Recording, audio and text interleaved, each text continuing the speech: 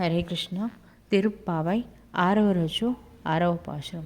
பொள்ளும் சிலம்பினகான் புல்லரையின் கோயில் வெள்ளை விழிசங்கின் பேரரவம் கேட்டிலையோ பிள்ளாயெழுந்திராய் பேய் முலை நஞ்சுண்டு கள்ளச்சகடம் கலக்கலியக்காலோச்சி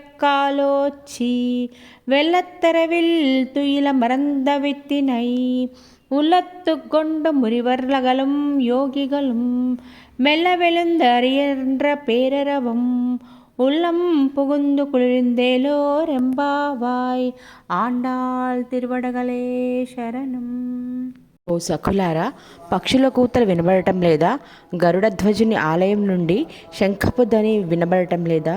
చారికలారా, ఇంక వేలుకొనండి.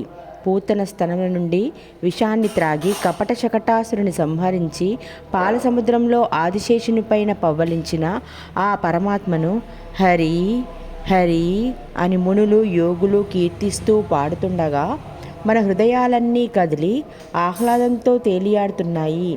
లోకానికి శుభాన్ని చేకూర్చేటటువంటి వంటిది మన ఈ శ్రీవ్రతము అని ఈ పాశంలో గోదాదేవి తన సకులకు చెప్పింది. హరే కృష్ణ.